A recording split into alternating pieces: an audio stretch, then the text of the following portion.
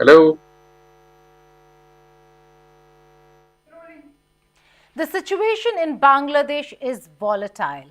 What's going to happen to the future of the country, we will discuss. But more importantly, former Prime Minister Sheikh Hasina, who just resigned, is on her way to New Delhi. I'm being joined by former Foreign Secretary of India and former High Commissioner of India to Bangladesh, Ambassador Harshringla.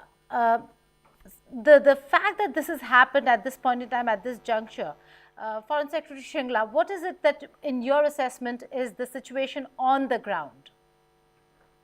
Well, we've been seeing that, the agitation or the protests, which began in a peaceful way, gradually sort of became turned violent, but also increased in terms of size and in terms of the number of people who came out on the streets until it reached its, culmination today in Prime Minister Sheikh Hasina leaving the country and the military ushering in, martial law with an interim administration that has been announced.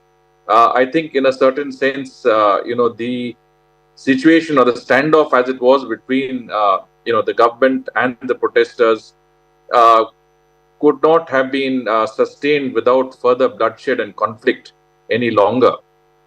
Prime Minister Sheikh Hasina's departure, in a certain sense, uh, you know, um, preserved the situation without further deterioration. And I think from that point of view, at least uh, there has been, um, one could say, an outcome for the time being, which has not taken the country, to the very edge.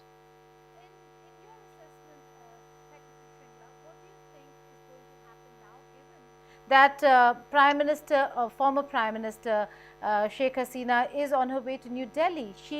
Will she be engaging officials, at least senior officials from the government? Will that really happen, even if it's a very short stopover?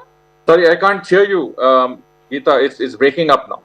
I was just asking whether, if the former Prime Minister, when she is in Delhi, will she be engaging, or will the high level government officials be engaging her, even if the stopover is a short one? Well, I'm not privy to the information with regard to how the government would engage former Prime Minister Sheikh Hasina.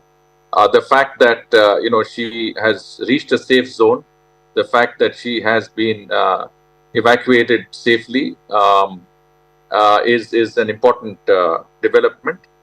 Beyond that, it's difficult to say. I have no doubt that if she comes to India, she would be received and she would be, engaged, at appropriate levels. Secretary Shringla, also the fact that we know that for India, it has been a very difficult time in the past when we've seen a BNP government in Bangladesh. How will things change? What are the concerns? If you were in government today, what would your biggest concerns be? How would you be looking at the situation, security-wise, political-wise, the economy and trade relations, all aspects included? Well, for India, a peaceful, stable, and prosperous Bangladesh, and I may also add a Bangladesh with a government that is not inimical to India's core interests, is very important, considering the fact that Bangladesh is not only a close neighbor, but also is a country with whom we share our longest land border in the most strategically critical part of our country. It connects with not only Bengal, but the northeastern part of India. And from that perspective, when the relationship is good, there are a lot of, gains and mutuality of benefit. But when the relationship is not at the best, Bangladesh can be, a very troublesome neighbor. And we have seen in the past that there has been support for insurgent groups in India. There has been support for terrorism. Radical and fundamentalist ideas have come across the border. And it has also contributed to instability in our northeast. That is something that we cannot afford to see repeated. This is one situation or one government, Secretary Shringla, where the West, particularly the US and India, have not seen eye to eye. Is this a crisis that you'd say was in the making? Well, it's not necessary for us to see eye to eye with all, world powers. We have our own views, and in our neighborhood, we believe that we know our strategic interests best. And as far as we are concerned, we will do whatever is in our national interest. The government of Prime Minister Modi is very clear that you know our immediate neighborhood is the most critical part of our foreign policy. So we have neighborhood first, but Bangladesh was also covered under our Act East policy, and we had a very strong engagement with that country, and we should continue to have a strong engagement with Bangladesh. And And as far as we are concerned, other countries can have other views. We have a dialogue with many of our friends and partners on issues that are of a regional and global interest. And we always try to convey our point of view to the United States and other Western powers on as far as Bangladesh is concerned, and the importance of maintaining peace and stability in that vital part of our region. You've studied, you've followed, and you're a Bangladesh hand. So, Secretary Shringla, my last question to you: do you see this as a prolonged crisis, or do you see it come to an end anytime soon? What's your reading of the situation, and does this mean the end of the road for Sheikh Hasina, or can never say never in politics? First and foremost, the situation is still evolving. I think the situation is far from clear.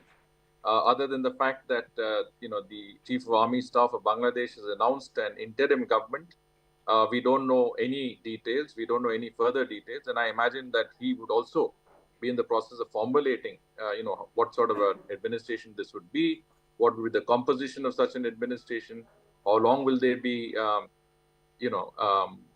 taking interim charge of the country, what are the plans for, a viable political settlement as we go along, how long will this process take. I imagine that any interim arrangement should not be a long-term arrangement. It should be one that is adequate to prepare a conducive environment for the restoration of a democratic process. But at the same time, it should not be prolonged. As far as Prime Minister Sheikh Hasina is concerned, I mean, I think when they talk of politicians, they say there is no, there is no end to your political career. You can always come back. You can always sort of make a re-entry into politics. I don't know. I mean, it's difficult to say. After all, she has seen a lot of ups and downs. She's been in power on more than one occasion. As you know, that she had some very, very tragic circumstances when our entire family was wiped out in 1975. But she did come back to power in 1991. Then she was out of power in 96. She came back to power in 2008. So it's been a up and down and long struggle. So situations change, circumstances change. It's difficult to say.